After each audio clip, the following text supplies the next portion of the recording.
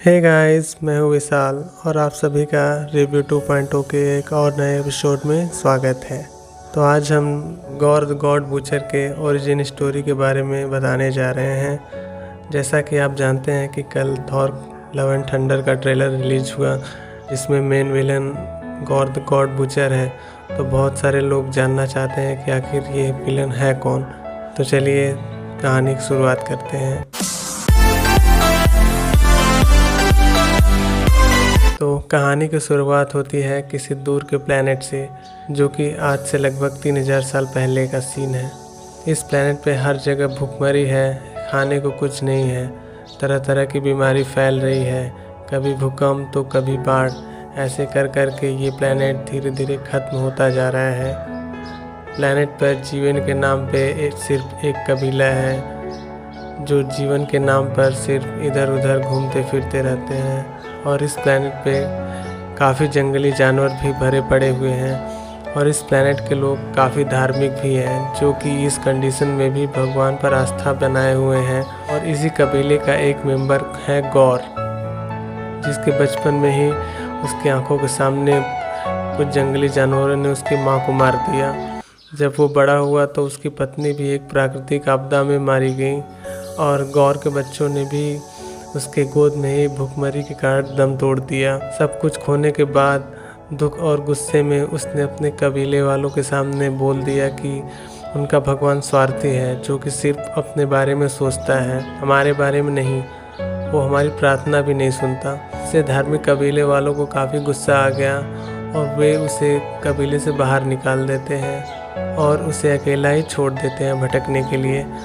और तब गौर अकेले इधर उधर भटकने लगता है। कबीले वालों का साथ न होने की वजह से वो अपनी आखिरी सांसें भी गिन रहा था। उसे लग रहा था कि उसका अंत नज़दीक है। ऐसे ही अकेले भटकते भटकते एक बार आसमान में उसे दो गॉड दिखाई देते हैं, जो कि आपस में ही लड़ रहे थे। एक ने गोल्डन कलर का आर्मर पहना था तथा दूसरे ने ब्लैक कलर का।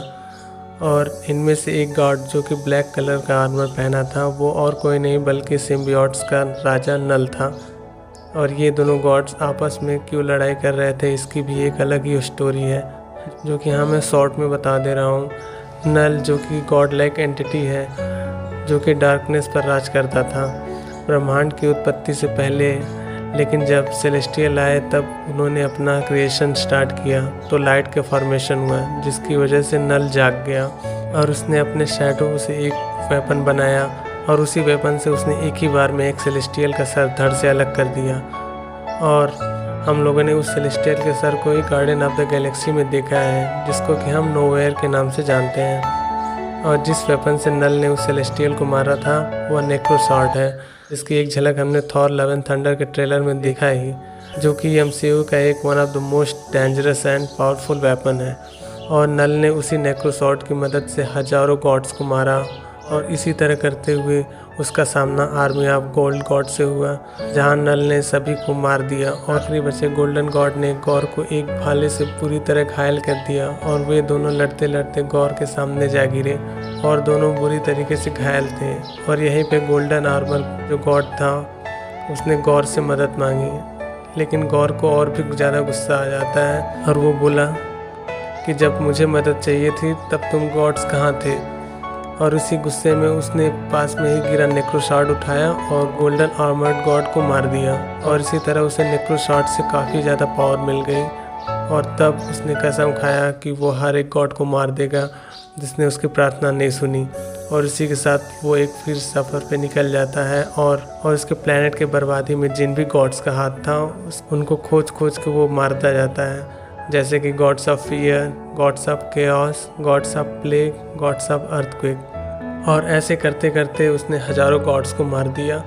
और यहीं पे उसका नाम पड़ा गॉर द गॉड बूचर। इसी तरह उसका सामना गॉड ऑफ थंडर से हुआ, यानी थॉर। और यहाँ थॉर से उसकी लड़ाई बहुत बड़ी चली और थॉर ने गौर को ने 3 टाइमलाइन के वेरिएंट्स के साथ मिलकर बहुत मुश्किल के साथ हराया। और आखिरी में गौर को मारने के बाद थॉर को भी ये रियलाइज़ होता है कि गौर जो बोल रहा था वो कुछ हद तक सही था और उसमें उन जैसे गॉड्स की भी कुछ गलती है, लेकिन उसे पूरी तरीके से भरोसा नहीं था। और वाचर, जिनको कि यूनिवर्स के सारे सीक्रेट्स पता होते हैं, उसने आके थॉर के कान में बोल दिया कि गॉर सही था। और यहीं पे थॉर के हाथ से हैमर नीचे गिर जाता है और वो अनवर्दी हो जाता है, और इनडायरेक्टली सही लेकिन गॉर की जीत हो जाती है, और यहीं पे स्टोरी ख़त्म हो जाती है। अब देखना ये है कि MCU में गॉर द गॉड बुचर को किस प्रकार प्रेजेंट किया जाता है। गॉर द गॉड बुचर की कहानी बहुत ही इमोशनल है, जिससे बहुत सारे ऑडियंस कनेक्ट होंगे। और आप सभी की क्या राय है इस बारे में कमेंट करके ज़रूर बताइएगा। और अगर आपको ये वीडियो अच्छी लगी हो तो लाइक और शेयर कर देना, और साथ ही में चैनल को भी सब्सक्राइब कर देना। मिलते हैं और किसी नए वीडियो में, तब तक के लिए बाय।